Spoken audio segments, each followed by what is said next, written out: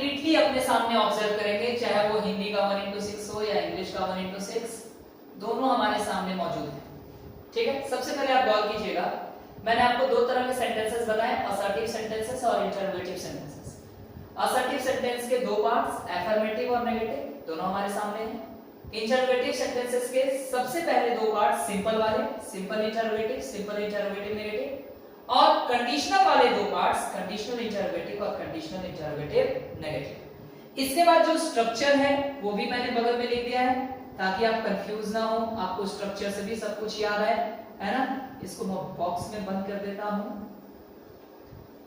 क्योंकि यही स्ट्रक्चर हमें इंग्लिश के सेंटेंसेस को बनाने में हेल्प करेगा। अब ध्यान दीजिए, आप गौर कीजिए, अफर्मेटिव सेंटेंस क्या है, वह आ रहा है। हम लोग इंग्लिश में क्या बोलते हैं, ही इज कमिंग। आपको ऑक्सिलरी का लिस्ट दे के रखा है मैंने ना, बताइए इसमें ऑक्सिलरी वर्ब कौन है। तो इस सेंटेंस में ऑक्सिलरी है इज, इस सेंटेंस में ऑक्सिलरी कौन है, इज। अब आप गौर कीजिए, सब्जेक्ट कौन है, ही। देखिए तो ऑक्सिलरी वर्ब सब्जेक्ट के बाद है, तो ऑक्सिलरी वर्ब सब्जेक्ट के बाद है, मतलब हमारा सेंटेंस कौन सा है, अफर्मेटिव। आपने इस अफर्मेटिव सेंटेंस को बना लिया नेगेटिव, वह नहीं आ रहा है।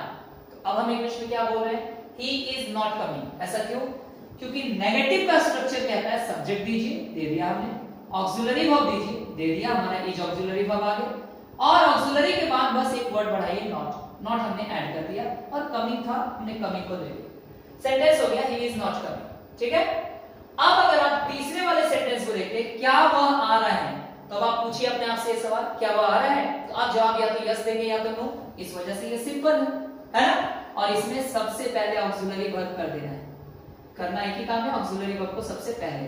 तो चलो भाई, या तो इस वाले सेंटेंस से या तो इस वाले सेंटेंस से, जिससे भी आपको मन करे, ऑक्सिलरी को सबसे पहले कर लो। मान लो इज को मैंने सबसे पहले कर दिया, अंदर चला गया सब्जेक्ट। अब बारी नॉट की, नॉट यहां नहीं आएगा क्योंकि नेगेटिव नहीं है। ठीक है, हटा दिया हमने उसको, बचा कमिंग, हमने कमिंग को लिख दिया। तो क्या वह आ रहा है, इंग्लिश में क्या बोलते हैं, इज ही कमिंग। ठीक है, अब हम लोग अगर देखते हैं सिंपल इंटरोगेटिव नेगेटिव, तो इसमें क्या है, क्या वह नहीं आ रहा है।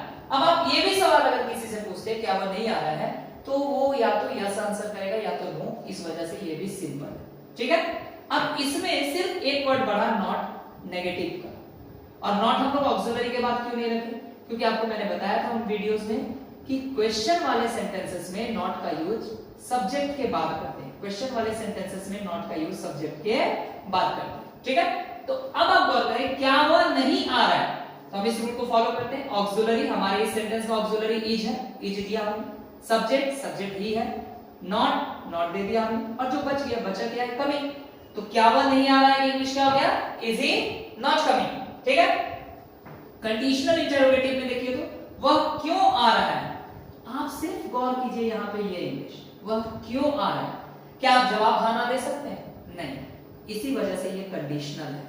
ठीक है ना, वह क्यों आ रहा है, क्योंकि इंग्लिश क्या हुआ, व्हाई, क्वेश्चन वर्ड मांगा ना सबसे पहले रूल ने, हमने क्वेश्चन वर्ड दे दिया, व्हाई, क्वेश्चन वर्ड हो गया।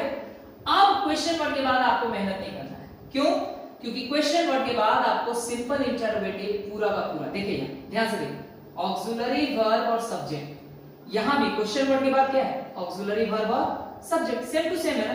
तो ये वाला सेम सेंटेंस यहां लिखिए, is he coming, is he coming, और पूरा सेंटेंस क्या हो गया, वह क्यों नहीं आ रहा है, वह क्यों आ रहा है, व्हाई इज ही कमिंग। और लास्ट बट नॉट लीस्ट, वह क्यों नहीं आ रहा है। अगर आप ये सवाल भी पूछते हैं तो ये सवाल भी हमारे, ये सवाल का जवाब भी हाँ या ना में नहीं आया, और इस वजह से हम लोग इसको कंडीशनल मानते हैं, और कंडीशनल मानने के दौरान हम यहां भी क्वेश्चन वर्ड से शुरुआत करेंगे, क्यों लगा हुआ है, तो व्हाई का यूज किया हमने, और उसके बाद आपको फिर से मेहनत नहीं करना है, उसके बाद फिर आपको सिंपल इंटरोगेटिव और नेगेटिव, ऑक्सिलरी वर्ब सब्जेक्ट और नॉट, ऑक्सिलरी वर्ब सब्जेक्ट और नॉट का यूज कर देना है।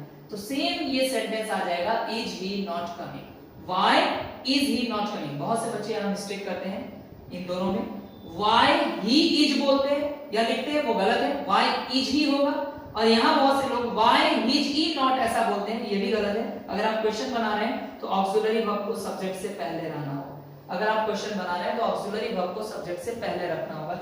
ये आपका 1:6 रूल है, चाहे वो हिंदी का हो चाहे इंग्लिश के सेंटेंसेस का हो। ठीक है, एक वीडियो और मिलेगा आपको इंग्लिश के सेंटेंसेस के 1:6 के लिए अलग से। Thank you.